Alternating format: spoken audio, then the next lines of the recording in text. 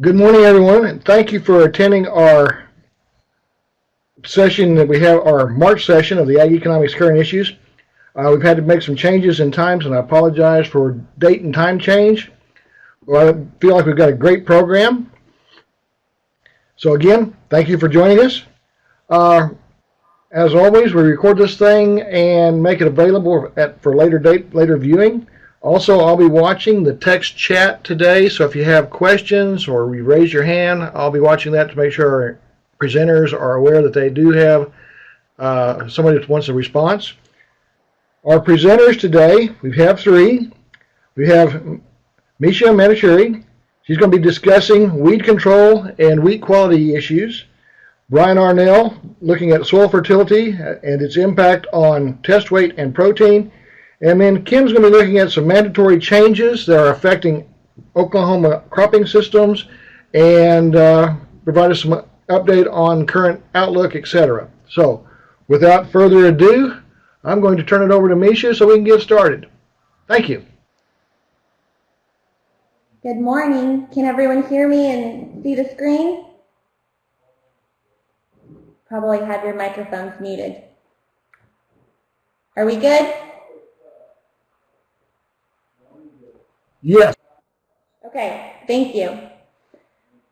Okay, so my name is Misha Manicheri. I'm still going to introduce myself as a relatively new person just because I know I'm still working with some groups that I haven't in the past. I started at the end of July, and my responsibilities are weed management and small grains and canola. So it's a pleasure to be here. I'm going to talk a little bit about weed management and its impact on wheat quality. So for an outline, we're of course going to talk about decreased yields and crop weed competition, discuss grain quality, some of the weed management challenges I feel like I've seen since I've been here, and I'm open to others' thoughts as far as what they think some of our challenges are, and then end with some tools regarding how to overcome these challenges. So I have to go back through some of the literature. I haven't been here for a harvest yet. However, I'm not a stranger to small grains. I lived in the Palouse for 5 years, and so have worked in some of these systems. This is from Joe Armstrong. He put out a paper, was in this position before me, and just looking at what we're seeing as far as wheat grain yield loss there on the y-axis in regard to weed density.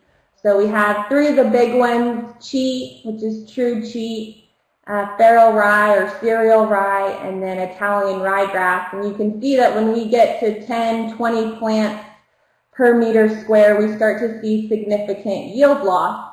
And you can see some yield loss numbers there on the left-hand side. Draw your attention towards Feral Rye. You'll see that those curves are a bit more dramatic than they are for Cheat and Italian Ryegrass. So definitely a troublesome plant. We are still planting this plant in our state, not only as a cover crop, but also as a forage. So just be familiar with your systems and that this plant can become quite invasive if at one point we don't want it around. So, of course, we're losing crop yield. What's happening on the grain quality side? So just a quick review of some terms I'm sure you guys all know. Dockage and foreign material are important to me when I'm thinking about weeds at harvest. So dockage is all that matter other than wheat that we can remove from the sample. However, there's going to be a cost for that at the elevator. Foreign material is anything that remains in the sample that we cannot remove. And foreign material is also going to impact our grain grade, which is something that's determined by not only foreign material matter, but also test weight, damaged, shrunken, and broken kernels. So today we're focusing on the weeds that are present at time of harvest, but keep in mind that there are many weeds that will shed their seed before we actually go to harvest. And those weeds, although we're not really talking about them today, they are still competing for water, nutrients, light, carbon dioxide, and they're going to negatively impact wheat as well. So 4 big ones as far as what we're cleaning out, what we can remove, but we're receiving price discounts for. Cheat, it's a bromus, genus Bromus. We have a lot of other bromes in the area, downy brome, smooth brome, Japanese brome, and they all look a little bit different. They're pretty similar. I haven't been here for a full spring yet. I know as far as maturity, Cheat is there at harvest. As far as the other bromes, I'm kind of learning, and maybe some of our agronomists who are on the line can chime in at the end here. Italian ryegrass, jointed goatgrass, and wild oat. So what do these plants look like? Here's Cheat. It has a membranous ligule, and it has hairs along the leaf blade. Italian ryegrass, we all recognize it before it heads out. It has a very glossy appearance on the leaf. It's hairless, and then you can see the seed head there on the right. Jointed goatgrass, we have some pockets of jointed goatgrass, not really a widespread problem. And you can see on the right-hand side, if you held a jointed goatgrass leaf next to a wheat leaf, it has these hairs all along the margins. And you can see that with the naked eye. So that's a good way to identify it prior to headed out. Wild oat, again, some pockets. We've had a lot of herbicides that have kind of dealt with this weed. And then foreign material, I'll mention jointed goatgrass again because we can clean it out, but sometimes we have some issues cleaning it out. And so it can also end up in that foreign material category. Jointed goatgrass is capable of hybridizing with wheat, unfortunately, and so we will see kind of jointed goatgrass wheat hybrids, and those usually are the ones that we can't clean out.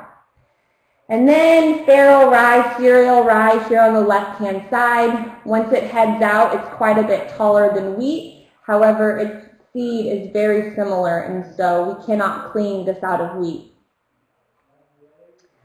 Some recent price discounts on the dockage side. We are usually falling in this lower range, so maybe not receiving too much of a price discount on the dockage side. Where we are is on foreign material, and the negative thing about this is that if we're above or at 4.4%, we start to deal with some grade issues, and that's an additional discount, and that's usually where we are in Oklahoma. And you can see some of those numbers here in relation to our neighboring states that we really, unfortunately, lead with higher numbers for dockage, foreign material, shrunken and broken kernels. And just keep in mind that even if we're not receiving discounts at the elevator for something like this dockage number, it still doesn't give our state a very good reputation for the kind of wheat that we produce. And so I think it's in our best interest to improve that reputation. Okay, so now we know what we're dealing with close to harvest as far as grain quality goes. What can we do? What challenges are we up against in the state? Here's 3 that I think are critically important, especially right now. 1, herbicide resistance. 2, our dual purpose systems. Yes, we are first a cattle state, and I think we should remain proud of that. However, sometimes wheat comes second, and we're not always thinking about quality. And then 3rd, I don't have to tell you guys, commodity prices are low, and so sometimes it just doesn't make any sense to us of why we should put out a herbicide application or have those initial inputs if we're not receiving it back. So herbicide resistance, we've done some small grower surveys, and just a couple take-homes I've gathered from these surveys. I haven't encountered a grower that says he or she doesn't have resistance on their farm. And many people will say they have so many they can't list them. However, the big ones are horseweed, sometimes called mare's tail, our pigweeds, palmer amaranth, primarily Italian ryegrass, water hemp on the pigweed side. What products are they resistant to? Glyphosate, a lot of our ALS chemistry, products that we have continually used and not rotated away from. So how does this selection for herbicide resistance happen? Here's just a simple diagram. Here you can see we have a little sprayer boom. We're making an application. All these plants in black die. We have one plant that has evolved, is now not susceptible to our herbicide. It lives. It produces seed.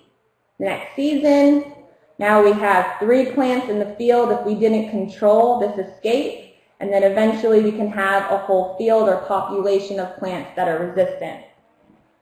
So how did we get here? One is just that chemical era of agriculture. When we started applying herbicides, we synthesized some products that were relatively cheap.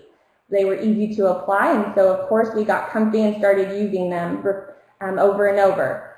Adoption of herbicide-resistant crops allowed us to spray several herbicides over the top of crops that are non-selective that we in the past hadn't been able to spray. Reliance on chemical-only weed management systems, relying on spraying at that post-emergence herbicide timing, so not spraying at pre-plant or pre-emergence or close to harvest. And then all those things coupled resulted in us spraying the same products, the same modes of actions, and the same sites of actions. When times got tight and we didn't want to go out with a recommended label rate, we knew our herbicide was working well, sometimes we cut rates, and unfortunately that also impacted herbicide resistance.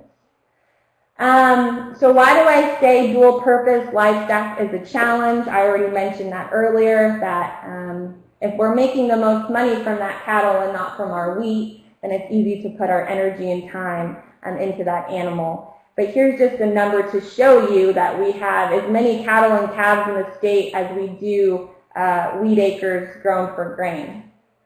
We talked a little bit about commodity price. I can have the best herbicide treatment list for you, but if you can't afford it, I can't recommend it and you're not going to go out and buy that product. So what can we do? I rarely give a presentation without showing this slide. I think it's important to show what tools we have available in weed management. So here's the 4 pillars. Biological control, haven't had a lot of successes there. There is a lot of time and energy being spent there. Chemical, of course.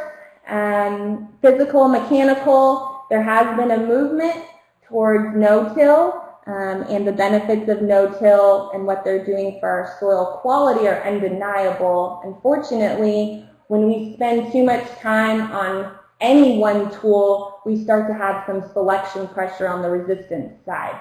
So, believe it or not, that no-till movement coupled with us using some chemicals over and over attributed to some of our resistance problems. Cultural weed control, these are my favorite tools. They're relatively inexpensive and they have a lot to do with making our crop competitive and so that it outcompetes against our weeds. And I'm sure Dr. Arnell will talk about that next, and he mentions fertility. But what other than fertility? Planting a competitive cultivar, crop rotation, density, seeding date, etc. So we have all these tools. Why are we having so many problems? Because our weed management plans have become very complicated and complex. Us as humans don't like things that are very complex. We like some things that are simple, and so it's a bit of an adjustment trying to overcome. We can't put out those simple weed management plans anymore. We're going to have to do more. Just a couple more things on the cultural side. I think for the most part I just discussed this. Planting certified clean seed. Dr. Marburger, our small grains extension specialist, gives a good presentation on, okay, well, if you can't afford certified seed, then you can at least go through the effort to clean your seed. That will be a benefit than to not doing either at all. Mention tillage. So yes, conservation tillage, no-till, we do see increased soil quality. We see conservation of soil moisture, decreased fuel and labor costs. However, I do want you all to keep in mind that tillage is another tool. It can aid in burial and or exposure of seeds, and it's a good way to prep our fields prior to planting. Chemical weed management systems. We have several timings that we can apply herbicides. However, it seems like we focus here at that post-emergence timing. There's something gratifying about seeing a weed emerge and then seeing it die with a herbicide. It's not very intuitive for us to apply a herbicide at the pre-emergence timing or apply something close to harvest. So if we can get away from this post-only timing and start incorporate these other times, I think we'll see great benefit, especially if we're in a system where we can't rely too heavily on tillage. So what can we do? We've heard about our challenges. We know that there are some tools. One of the best things is to start your weed management plan early. Start clean. Get ahead of those weeds. You can start off with a competitive crop. You're going to have less issues to deal with in the middle and the end of the season. Plant certified clean seed. Use a pre-emergence herbicide. We have a number of pre-emergence herbicides, several products that have been reformulated to work better. They do a great job on problem weeds like Italian ryegrass and other species. If we are going to make post-emergence applications, we need to make sure that they're timely. Yes, we know that products like glyphosate, we can get away with spraying 1-2 foot plants. We can't with a lot of our other modes of action, so keep that in mind. Tank mixing, being able to incorporate another mode of action into your tank, that's a great herbicide-resistant strategy. It also allows you to rotate products, modes of action, sites of action, and most companies have made a shift to putting their site of action on the jug. And so you'll see a number, and that number associates with how that herbicide kills the plant. Doesn't mean you have to memorize the mechanism, but hey, if I'm putting out product after product that says group 2 on it, we could be having some problems. If we do have weed escapes, prevent them from going to seed. It's not becoming very uncommon to see hoe crews and people out in the field roguing things like feral rye. I think there's nothing wrong with that. Thorough spray coverage, making sure that we're putting the most into our herbicide applications. Weed seed bank management. Controlling those weeds close to harvest if we haven't done something early. Just that one plant and the number of seeds it can produce and how long those seeds might be viable in the soil is critical. Maintaining our borders, applying herbicides at recommended rates. I really hope people still aren't cutting herbicide rates, but I'm afraid that we are. That's a big issue when it comes to herbicide resistance. Adopting other tools besides chemicals, physical, mechanical, cultural practices. Cleaning our machinery. We have a lot of custom spraying, custom harvesting going on. Make sure that those machines are clean. They're coming out of fields that you don't know what they look like. And a lot of our weed seed moves due to machinery. And then I'll end with rotate crops, which is bolded and big font because I really think this is the foundation of overcoming any of our weed management concerns, and the rest of the tools really are band-aids if we're not rotating. Here is my contact information. I'm happy to identify weeds, help with weed management plans, and if we have any time, I think we're tight on time. If you have any questions, feel free to email me, call. I'm happy to hear your concerns.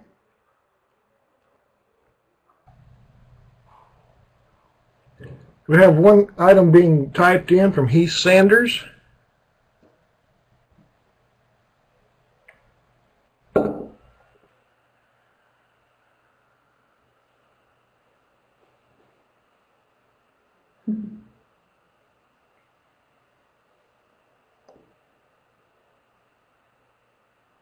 Waiting for his question to pop up. Okay.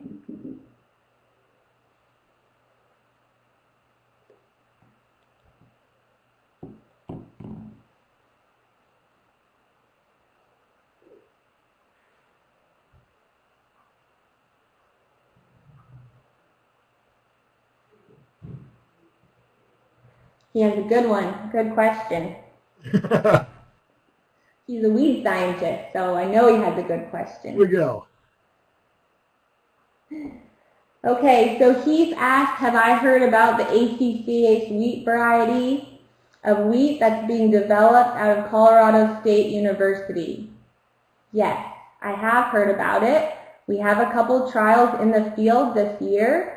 So for all of you who are not aware or aren't familiar with the word ACCH, Colorado State, in partner with some other companies, Alba Chemical, and I can't think of the other one off the top, Lima Grain is the other one. They have developed a wheat variety that's resistant to ACCH chemistry. So these are our grass herbicides. These are our graminicides, Assure, Select, Post, the common names, Clethodim, Sulfoxidin, Quizalofop. All of our grass herbicides that canola has allowed us to spray those products in. They've developed a wheat where we can spray those products over the top. I don't know when this will be registered, but we are looking at it. A couple of things to keep in mind. It's a tool, and I think it can be a beneficial tool if we use it in the right way. We know what the Roundup Ready era has done, and we just need to make sure that we wouldn't abuse that technology like we did abuse Roundup Ready systems. Any other questions? I'm seeing nobody typing. Misha, greatly appreciate your time to be with us. And if they do have questions, I'm assuming that they can email those to you and get responses. So thanks again. Brian, if you want to go ahead and pull your slides in, let's get started. Misha, can you stop sharing, please?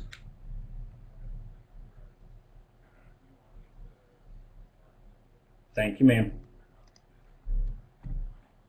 All right, let me get this going so I can see the notes. And all right, so I don't know how much new everybody on here is expecting out of this, but this will be a conversation. Please feel free to type in questions at any point. This is kind of an overview of fertility management on wheat quality and how it impacts that. Kind of a fairly quick. I'm not going to spend too much time, let you guys move on. But here's my take on nitrogen management. If we actually care about protein, you know, where does our nitrogen management fit? If you look at it this way, while 100% pre-plant anhydrous is not just, you know, you don't completely lose out, it is a worst case scenario if you're going for final end quality. And so I put this board up here where you see 100% pre that I went in the wrong direction. That's what happens when you do this last minute. I'm going to fix that right now while you guys are around here. So 100% pre is not as good as a 50-50 split, which is not as good as a 30-70 split, which is not as good as a 10-60 split. And what I mean by that is as we delay nitrogen applications, we improve the likelihood of it benefiting final grain yield. Everything up front has likelihoods of losses. It has likelihood of early vigor, has likelihood of a whole lot of tillering.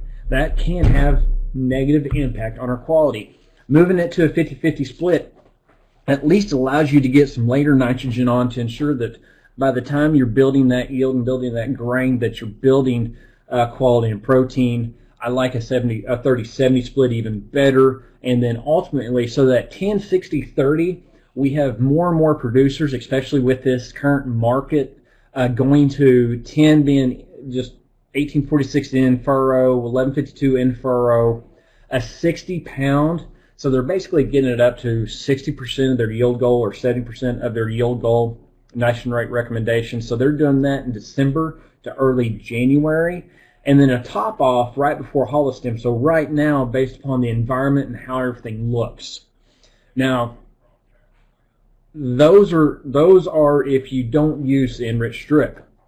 So in worst case scenario to best case scenario, this is how they should handle it. All that is a yield goal nitrogen rate recommendations based upon soil test, nitrate, and yield goal. However, you've put an enriched strip in the system.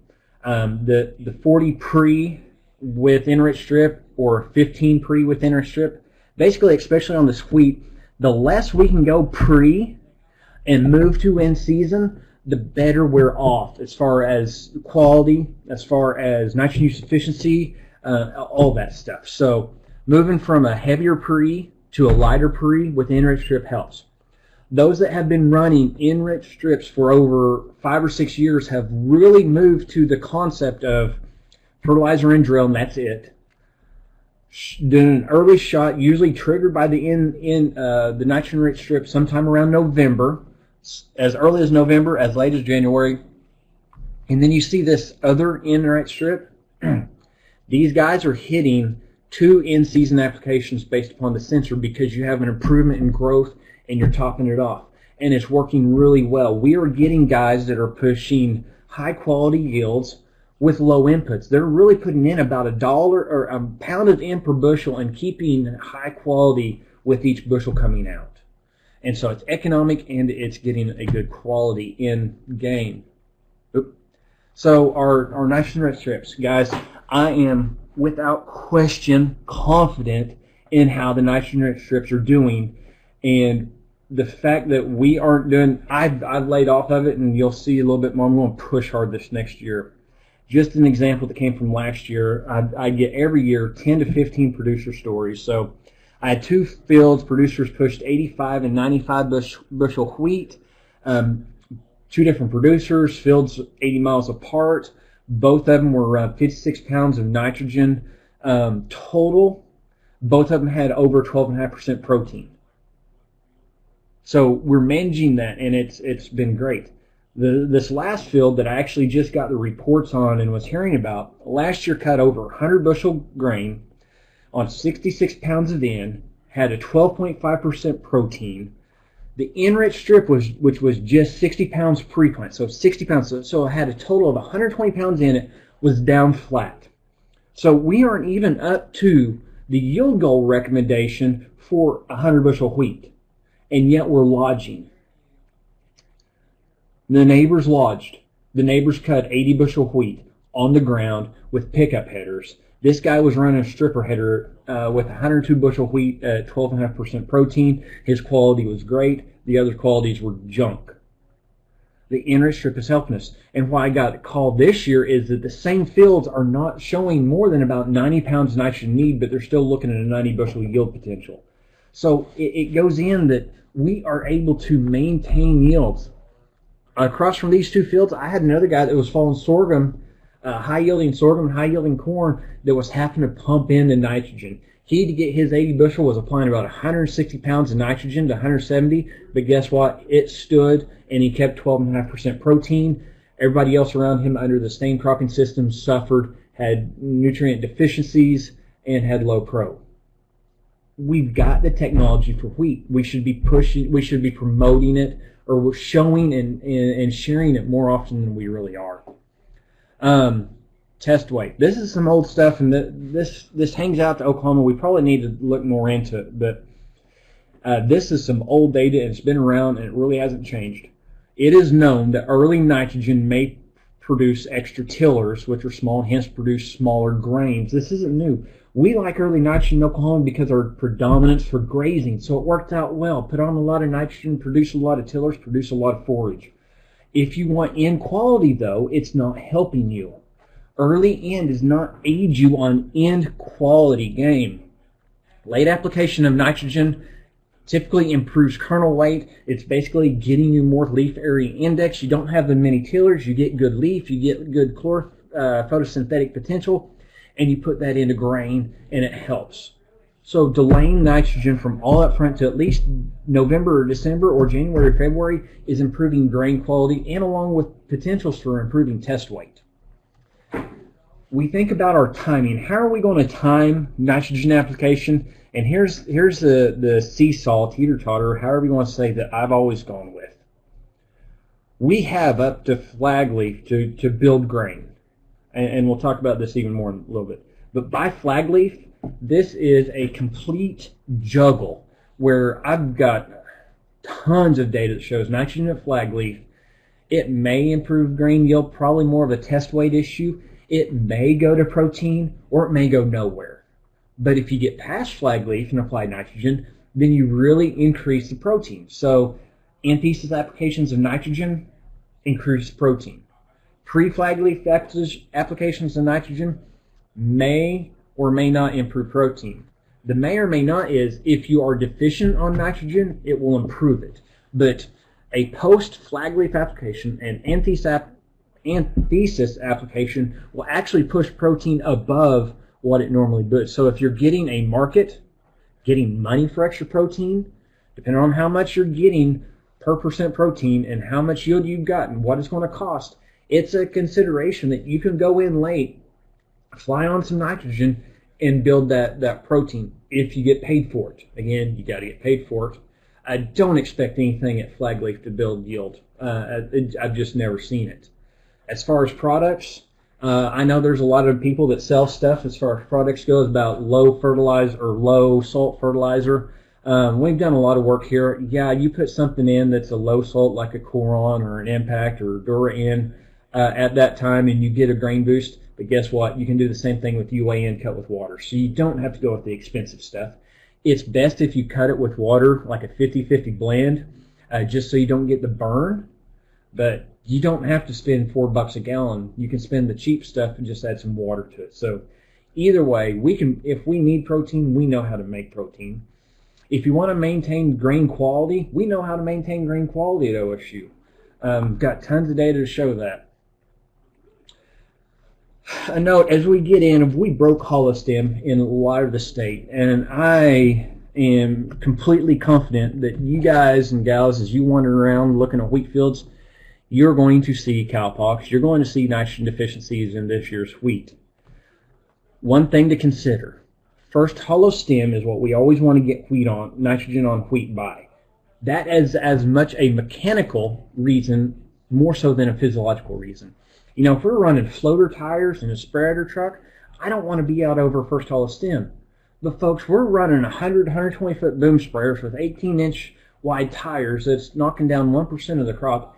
If we've got a grain field that has deficiencies after first hollow stem, that's right here, and is somewhere in the second and before flag leaf is visible, I'm saying put on nitrogen if we got a rainfall.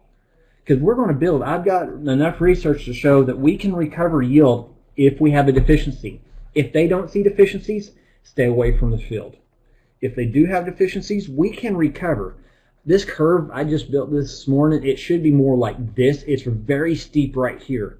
As long as we're getting it on in this uptake window at stimulongation, the plant can still use it. So we're not out of the ball game. While we prefer to be in on before this point, we got capabilities if the market and the crop is telling us to do so. And by the way, if they had an enriched strip, that would tell them whether or not it's worth the 1 to 2% laydown of that sprayer. Can I say enriched strip one more time? All right. Pay attention to the losses. This is some stuff, if you're at no-till, you're going to see. Surface applied urea without rain. Folks, it's a 20% loss expected easily in season. So if they're applying 100 pounds of N, needing 100 pounds of N, they're only getting 75. If they're applying 50 and you know, you're only getting 46. So just know there's going to be loss. We're doing things to find out, can we do it better. You can use NBPTs, the super use and Agritane type of thing. Agritane, NBPTs, on dry fertilizer, they give you 7 to 10 days half-life, and then they're gone. On liquids, we get about 4 to 5 days, and then they're gone. So just keep this in mind. Right now we don't have rain. We should look at creative ways to get nitrogen on, or potentially add a stabilizer in certain areas if it's cheap enough. NBPT is a relatively low cost. It'll last you 10 days and then it's gone. Again, to this group, I've said it once when we did our plant soil sciences, I am going to push enriched strips this year as much as possible. I will provide, Stan Fimple's already got one. I will buy and send push spreaders to any county educator that wants one. If you want to, I'll even give you 2. If you don't have a handheld sensor, I will send you a sensor immediately. I will make up signs to put out. I will, at the end of the year, provide a opportunity where I will write your impact statement for enriched strips for your county if you can put out enriched strips for me. I'm also looking for some other stuff. If you have interest in doing fertility in your area, let me know. But my extension program this year is going to, I laid off of the enriched strips as pushing the field demos. I'm back on track. We're going to push it hard. Some field days to keep everybody in mind for. We have the April 28th Chickasha Field Day. That's where I pulled this image a couple years ago. So this is the variety trials with and without fungicide. Lahoma Field Day is May 12th. May 19th, this is a new one that we just got on the schedule. Folks, this is the 125th harvest of the Magruder plots. We're going to do a field day on the agronomy farm. It's going to be a plant soil sciences and whoever else is out there. Would love to see as many people. We're wanting to do this thing. We're going to have a bunch of administrators and others out there, so would love a good showing. With that, if you don't know my contact, here it is. Feel free to ask any questions you may have. If you don't want to ask questions now, shoot me an email or shoot me a call. But most of you guys have seen a lot of this. If I went too fast for some, please let me know. Are there any questions for Brian?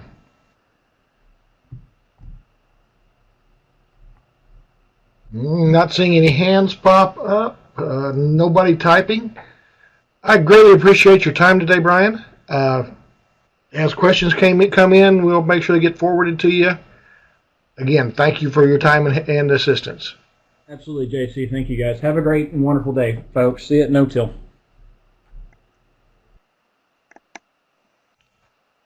Kim, I'll pull up your screen right quick. Then we'll get started with you. Take it away, sir. Yeah, I'm sitting here catching my breath after Misha and Brian. Good job, guys, if I can say so myself. That was spectacular. And that's for our wheat farmers and our stocker operators that are going to raise wheat. I think that is invaluable information. I was thinking, JC, what we need now is Rodney Jones or one of them to come up with budgets on this stuff to show that we can put out those herbicides and those pesticides and that keep that soil fertility and productivity up. I'm going to back up just a little bit and show the audience or the listeners, or show you why we have to change the way we produce wheat in the state of Oklahoma.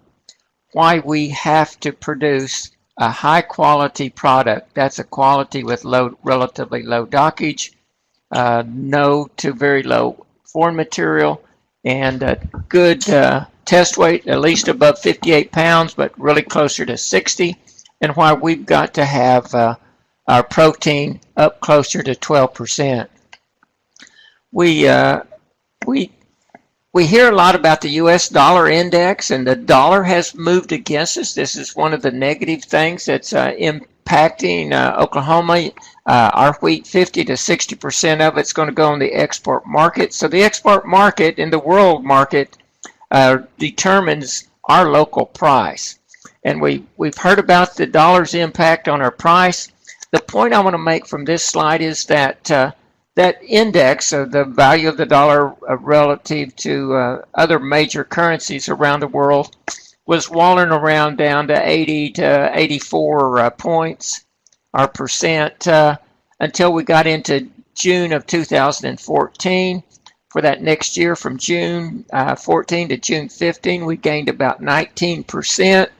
And if you're going from, just call it an even 20, if you're talking the impact on wheat price, and you're talking $7 wheat, well, you're talking somewhere in the vicinity of $1.40 impact. The index leveled out for June 15, June 16. Last fall, early winter, we got another little increase that kicked us up to 100 and almost 104. That's where we peaked out. That'd be a 25% increase in that dollar index. Now, if you look at the what's happening in wheat prices during that period, you'll see that our wheat prices peaked out in August, September of 2012. If you'll remember, before June of 14, the dollar index was just flat, down around 82 to 84, running in that vicinity. But still, our wheat prices went from $9 down to the $7. We lost $2 there, and it wasn't because of any change in the value of the dollar. That means something else was going on in the world. And then after June of 14, our prices, and this is on the KC futures contract, and our prices went from $7 down to $4, or another 30, 33, 35%. If you overlay the dollar index over those wheat prices, here's where you see our declining wheat prices with flat index, and you see a 20% increase. We saw wheat prices go from about $7 down to $4. About 60% of this price decline right here is because of the dollar. The other 40% is something else going in the market, and what I'm going to show you, we're losing the foreign market. We're being replaced in the world market. Now, I'm going to throw out a little caveat with the new administration, with potential changes in trade policies, and it's policies that will improve, that are designed to improve the economy in the United States, that could result in our index, and I'll show you just in a minute, going up to 120 from 101. That'd be another 20% increase in the index, or 20% decline, or make our wheat 20% more expensive on the world market. I'll come back to that just a little bit. Let's look at what's happening to the world wheat production. On this chart, I've got this where it looks more dramatic if I just use 96 and then 20 years later, 2016. So I'm going to use a 5-year average now.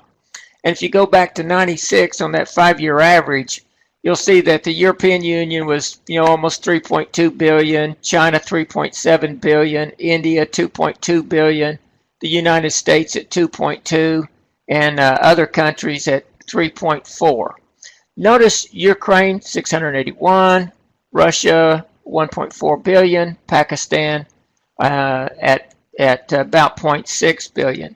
Now, if we go 20 years later, we'll see that China's at 4.6, the European Union's 5.4. Now, we went from the EU 15 to the EU 25, so that's part of that increase. We saw India, we saw Russia increase here, United States. Well, if you'll just look at the change between 16 and 96, you'll see that the European Union, of course, they added countries, so they increased 5%.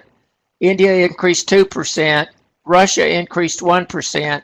The United States is actually producing 3% less wheat on a percentage basis. Now, our production went from 21.4 billion to 27.7 billion from 96 to 2006. But if you look at our share of the pie on a production standpoint, it's declined, while Russia's higher. And when you're going from 21.4 on a percentage basis, you can see their production increased. Now let's look at exports. The major exporters, and of course for hard red winter wheat, you got Canada with hard red spring wheat, you got U.S. with hard red winter, you got the European Union with soft wheat, You got Russia with a good hard red wheat, Kazakhstan with a hard wheat, and Argentina with a hard wheat, Ukraine with a hard wheat. Right here's our competitors.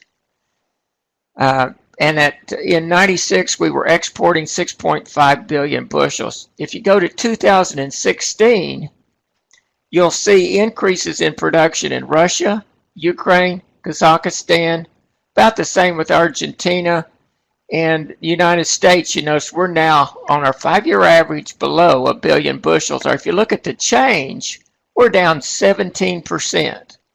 Canada's down 6%. Argentina's down 2%. You look, Ukraine's up 7%. Russia's up 12%. So where's our export market going?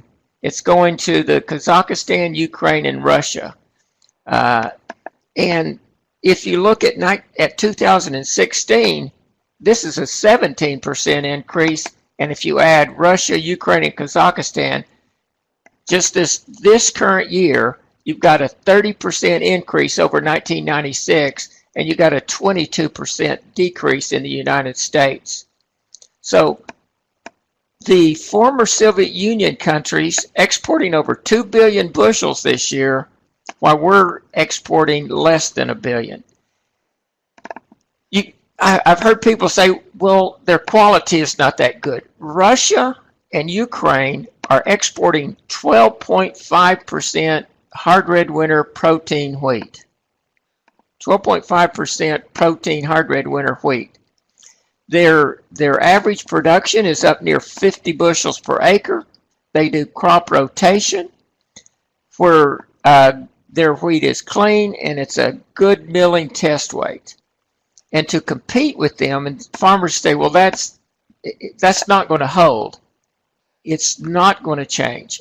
They're putting the money into it. They're increasing their export, their domestic facilities, their roads, their storage. By 2020, they're going to increase their export facilities by 1/3. They are in the world market, and they're going to stay in the world market. And to compete with them, we've got to produce a quality product. And there, in 2015, Ukraine and Russia were making equivalent of $50 an acre. And pencil out what the U.S. or the Oklahoma wheat producer was making per acre in 2015 and see if we can compete. Now let's go back to our monthly wheat prices here and go back to our value of the dollar. So what we've seen is our wheat price is determined on the world market. We see that other countries are taking over the world market relative to the U.S. and we've got the value of our dollar increasing. So what I've got here is the KC monthly wheat. So we're in 1993 to 2006 or 7 here. We're wallowing down here around $2 to $3.50. We had the 2008 drought, and then from 2009 to current, we've averaged on a cash basis about $5.90 a bushel. If we overlay if we look now at the same 20 years, the U.S. dollar index, we can go back to 93. Right here in 2000, well, really 1999, 2000, 2001, and 2002, we had the dollar index above 105 in those years right there. You notice if we break 105, then our next target's 120, and that's about what people are saying is going to happen if these trade deals, trade works and increases or improves our economy. Now, if I overlay, okay, I'm going to put so that you can see it when I overlay the wheat, you can see that the increasing index, I should have that arrow declining, but I've marked the direction of our indexes. I'm going to put wheat over, and here's your higher index, your relatively low wheat price. This is your drought, but you notice you not only had the reduced supply of wheat, but you had the relatively low dollar index. It goes up, down. You can see that inverse relationship between the wheat prices and the dollar index there. Points. The dollar index has moved against our wheat producer. It's lowered our price probably over $2 a bushel. If our index was down around that 80, we'd probably have about $2 higher wheat prices. It's possible that it's going to go higher. You've got our wheat price being controlled by the world market. And what that says is that to compete, we're going to have to increase our production per acre, and we're going to have to maintain test weight and protein. Okay, let's look at the current situation for 17. And I've got in the world market. Now, I got some information this morning that I think it's positive. There was a report came in that Australian production next year. Now, Australia has about the same problem we do. They have a relatively high cost of production relative to Argentina or Russia or Ukraine. They're looking at lowering their production by 32% next year. Right now, the U.S. production is predicted to be 20% less, and Russia only reducing theirs about 5%. You can see on 17 here that there's right now the analysts have essentially no change in ending stocks, and if you don't have change in supply stocks, there's not much room for price increases.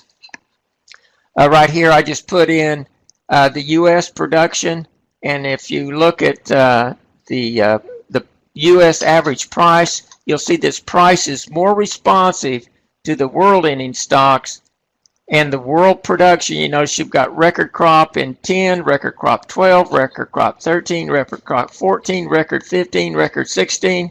17 will be the first time we haven't had a record since 2013. But you'll see this price is more responsive to the world ending stocks, to world production, than it is U.S. Okay. Now, looking at next year, we're looking at hard red winter wheat production going from just over 1 billion bushels to 716 million. That's a reaction to lower prices.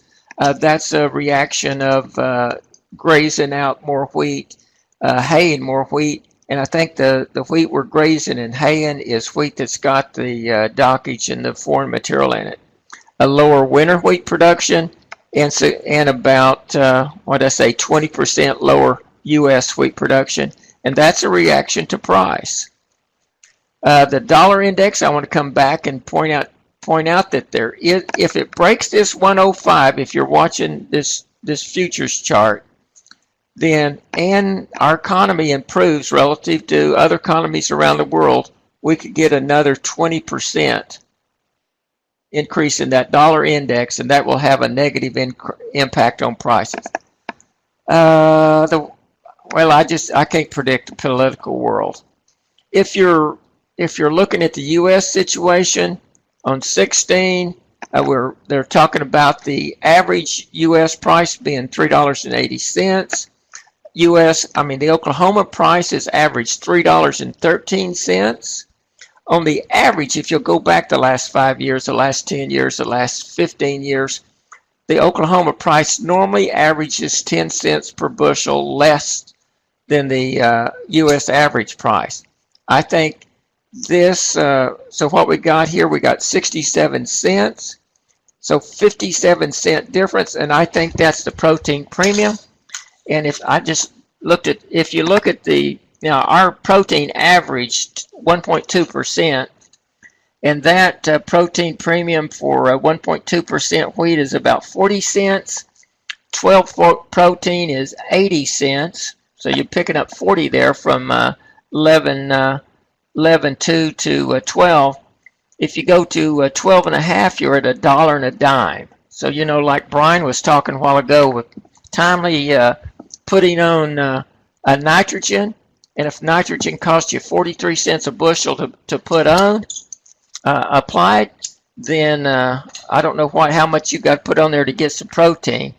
But between your 11.2 and your 12.5 is what we got there, 40, you got about 65 cents there. So you have to figure that out. But my point is right here, I think that spread is because of protein and test weight. You look at 2017, they're predicting, I think U.S. is predicting 430. I'm predicting 480. I think the market's going to improve. Depending on what you take off here for Oklahoma's price, that will depend on how good a test weight and how good a protein and how good a milling quality wheat. If we've got a good milling wheat, our price is going to be up closer to this 480. If it's got protein, if it doesn't have protein and it doesn't have test weight, then it's going to be below this $4. It could be 350, somewhere in that vicinity. So what's going to make the difference in our price relative to U.S. price is going to be protein, and it's going to be test weight. This is just a chart showing over time since June we've had that shift up in prices. We'd expect our prices to average around 585. To get that, we're going to have a lower dollar index, and we're going to have a higher quality product and less of our wheat in the bin. I'm going to throw out corn here real quick. Just because we've got a lot of wheat in the bunkers. Elevators don't like me to call it wheat on the ground. It's in the bunkers. We need to move a lot of that wheat into the feed market. And my point is with the corn that there's just, the ending stocks on the world for their record on 16. If you look at 17, you're looking at this going down, but more than adequate corn as we look into the future. Our corn prices are relatively low. There's really no reason to feed wheat when you have adequate corn. So I don't think there's going to be any. Here's the corn 17 situation, and you can see there's no change in ending stocks and really no change in corn price. And if we have our wheat up closer to $4, then we're not going to be feeding any of that wheat in the bunker. This morning I updated, these are actual market offers for our prices. If some of your producers are penciling out, right now we can forward contract wheat in Oklahoma for harvest delivered somewhere around $4.03 a bushel with an 85 under basis. And this basis around the state runs from about a minus 75 to a minus 0.95 to $1, somewhere in that.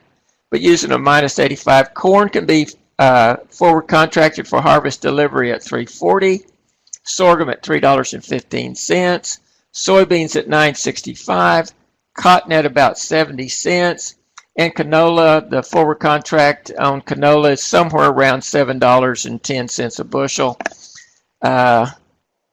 I roughly keep up with this, but some elevators do publish their forward contract for canola, and this is close to the published price.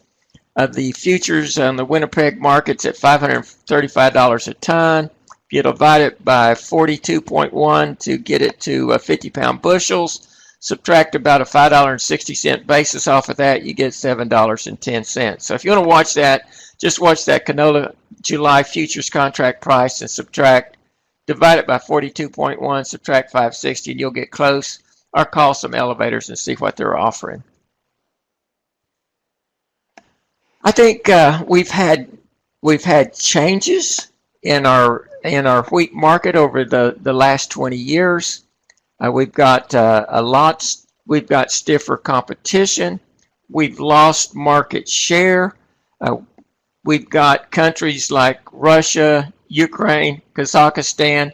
In Argentina, they've got their new president has reduced or did away with their tax. They used to have a 25% export tax on their wheat. He lowered that to 0. So while the value of our dollar was going up 20%, they're removing that tax essentially made their wheat 25% less expensive, or lowered their price by 25. That's a net 45% change in price of the Argentine price of wheat to the U.S. price. I don't think any of that's going to change.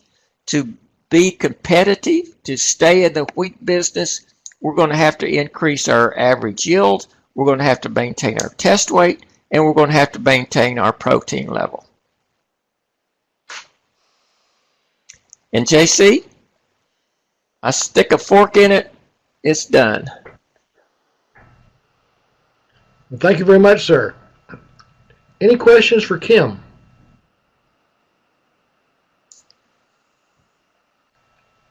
Again, not seeing any hands raised or any typing going on. I greatly appreciate Misha, Brian, and Kim for putting this thing together. A great job. Thank you very much. Our next session will be in May, and I'll send out that information later on. So without further ado, thank you very much for attending. If you have questions on this, go back and review the materials. It'll be posted this afternoon. And also be sure to contact either Brian, Misha, or Kim via email or call for questions or answers to your questions. So again, thank you very much for attending. We will see you next time. Thanks again.